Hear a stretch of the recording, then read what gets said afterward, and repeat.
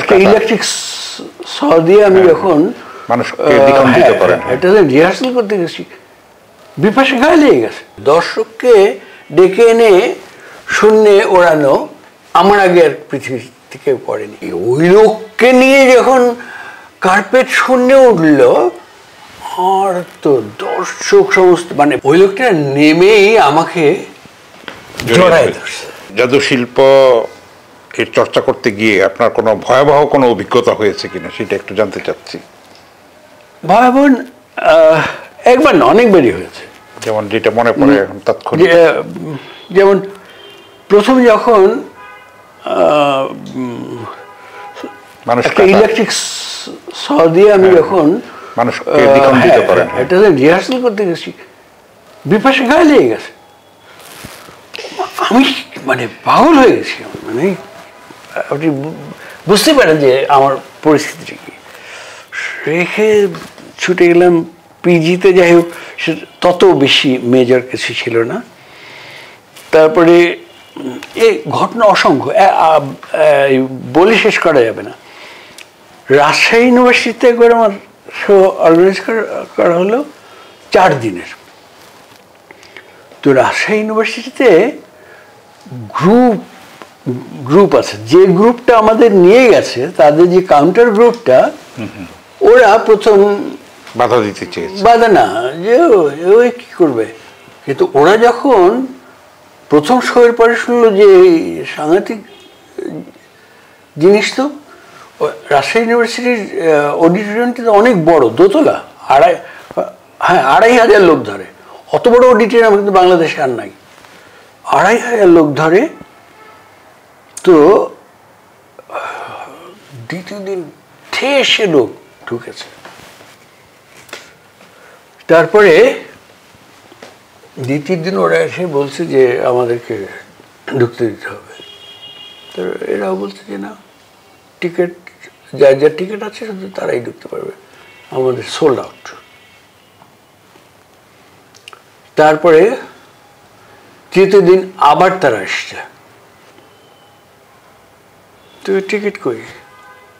বলে আমাদের টিকিট লাগে না। বলে যাদের টিকিট লাগে না তাদেরকে আমরা ঢুকতে দিই না। মানে 2 দলে এই গেছে। ফোর্থ দিতে করেছে কি,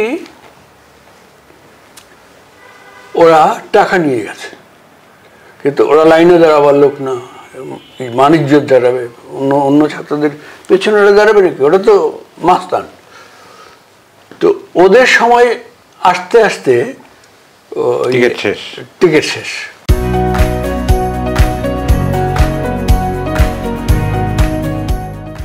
তখন ওরা ঢুকবে, টাকা নাও, আমাদেরকে দাও, সোল্ড আউট, আমরা কোত্থেকে দেবো? কিন্তু এই বদমাশরা ওরা রেডি হয়ে এসছে। এই কথা বলতে বলতে পেটের মধ্যে স্টেপ করে দিয়েছে, ঢুকিয়ে দিয়েছে। তো যা ঢুকিয়ে দিয়েছে, মানে সে আসছিল এটা মিটমাট করতে। ইউ আর দ্য লিডার এই গ্রুপটা। হ্যাঁ, সে খুব পপুলার ছাত্রনেতা। সে পড়ে গেল। আর আমরা তো এদিকে আমাদের সময় শুরু হয়েছে, আমরা টাইম মেনটেন করতাম। তো হলের লোক ঢুকে গেছে, আমরা শো শুরু করে দিয়েছি। ওমা, ওরা করলো কি, হলে আগুন লাগিয়ে দিল। শুধু হলে না, এখন দেখি চারিদিকে ছুটাছুটি। ওই যে হলের যে ঢুকেছিল তারা সমস্ত পাগলের মতো বেরিয়ে যাওয়ার জন্য, কারণ আগুন লেগেছে, আত্মরক্ষার জন্য, জীবন বাঁচানো। হ্যাঁ, এবং পরে জানা গেল যে এইগুলো যারা অর্গানাইজ করেছে তার মধ্যে যারা লিডার, তারা যে সমস্ত হলে থাকে সেই সবগুলো হলে এরা আগুন লাগিয়ে দিয়েছে একযোগে। মানে তারা আগে থেকেই প্ল্যান করে এসেছিল যে আজকে তো দেখতে দেবে না, কিন্তু একটা ওই ছুতা খুঁজে বার করলো যে টাকা নিয়ে আসবে, টিকিট দাও। সে তো ভয়ঙ্কর একটা অভিজ্ঞতা। ভয়াবহ। তো এমন কি হয়েছে কখনো শো করছেন এই পর্যায়ে কোনো অডিয়েন্সের মধ্যে দিয়ে কোনো স্মরণীয় ঘটনা যেটা আপনাকে তাড়িয়ে ফেরে, এরকম আছে কিছু? না, ওই রকম নাই, কিন্তু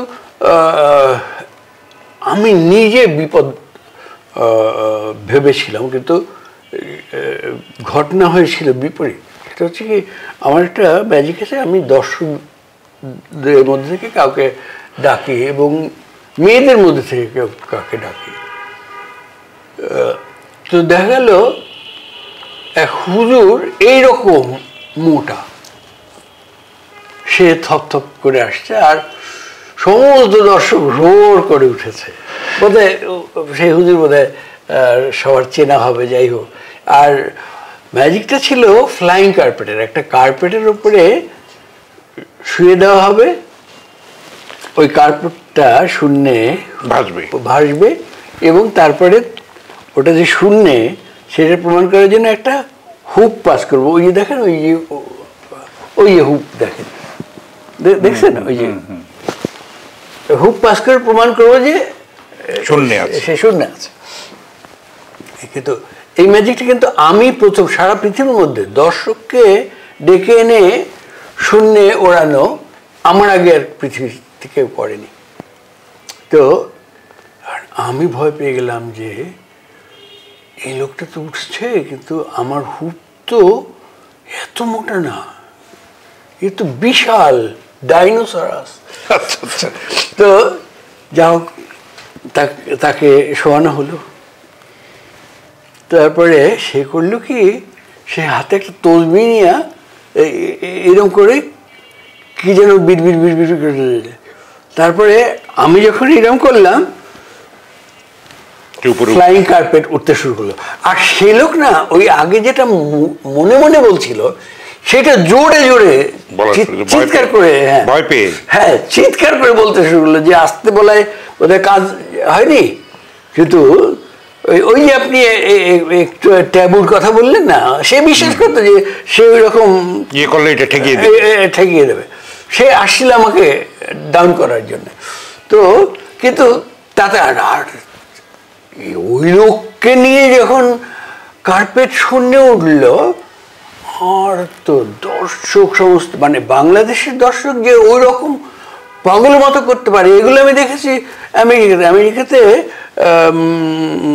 এমআইটি ইউনিভার্সিটিতে শো করতে গিয়েছিলাম, ম্যাসাচুসেটস ইনস্টিটিউট অফ টেকনোলজি, সাংঘাতিক বিখ্যাত, হ্যাঁ সাংঘাতিক প্রেস্টিজিয়াস প্লেস। সে আরেক কাহিনী, সেটা এইটা শেষ করি। তো আসলে একটা কাহিনী আরেকটা এসে যায়। এই যে আপনি যে ম্যাসাচুসেটসটা উচ্চারণ করলেন, ওই আপনি দেখেন যারা বস্টনে থাকে তাদের মধ্যে কজন ম্যাসাচুসেটস উচ্চারণ করতে পারে না। আচ্ছা, তারপরে কি হলো, থ্যাংক ইউ ভেরি মাচ, আমার ভালো লাগছে এই জন্য যে আমি মন খুলে কথা বলতে পারছি। আচ্ছা, তো ওকে নিয়ে যখন শূন্যে উঠলো, তখন দর্শক পাগল হয়ে গেল। মানে ঠিক ওই এমআইটিতে দর্শকের যে রোল দেখেছি, বাংলাদেশে সেই ঘটনা ঘটে গেল।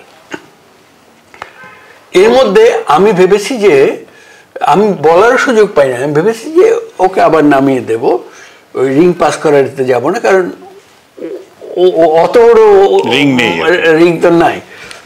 এর মধ্যে আমার অ্যাসিস্ট্যান্ট রিংটা, আমাদের তো রুটিন করা থাকে, একেবারে নাটক, হ্যাঁ একেবারে ঠিক এক্সাক্ট সময় মিউজিকের প্রোগ্রাম করা, নির্দিষ্ট সময় একদম পারফেকশনে, আমাদের পারফেকশন খুব ইম্পর্টেন্ট।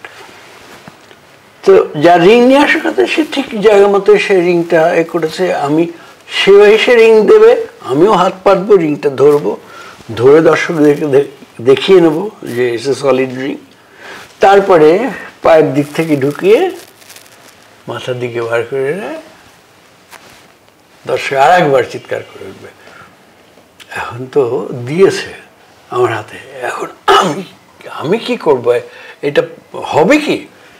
তারপরে আমি পায়ের দিক থেকে ঢুকাচ্ছি, এবং যাতে রিংটা কোনো রকমই বাঁকা না হয়, বাঁকা হলে তো স্পেস কমে যাবে, অতএব তার বডির আমি হিসেব করছি, তার হিপ কোন বরাবর আছে, পেট কোন বরাবর আছে, ওই বরাবর আমি ওই রিং ঢেউ দিয়ে দিয়ে দিয়ে দিয়ে ও মাই গড, সত্যি সত্যি ওই রিং তার পা থেকে ঢুকে মাথা থেকে বেরিয়ে গেল।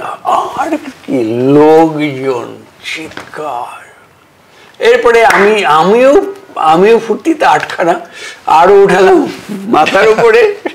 তারপরে আর যত উপরে ওঠে ওই লোকটা আরো জোরে চিৎকার করে, তার ভয় বেরিয়ে গেছে। হ্যাঁ, যত ওঠে সে তত বেশি ভীত হয়, আর চিৎকারও তারস্বর হতে থাকে।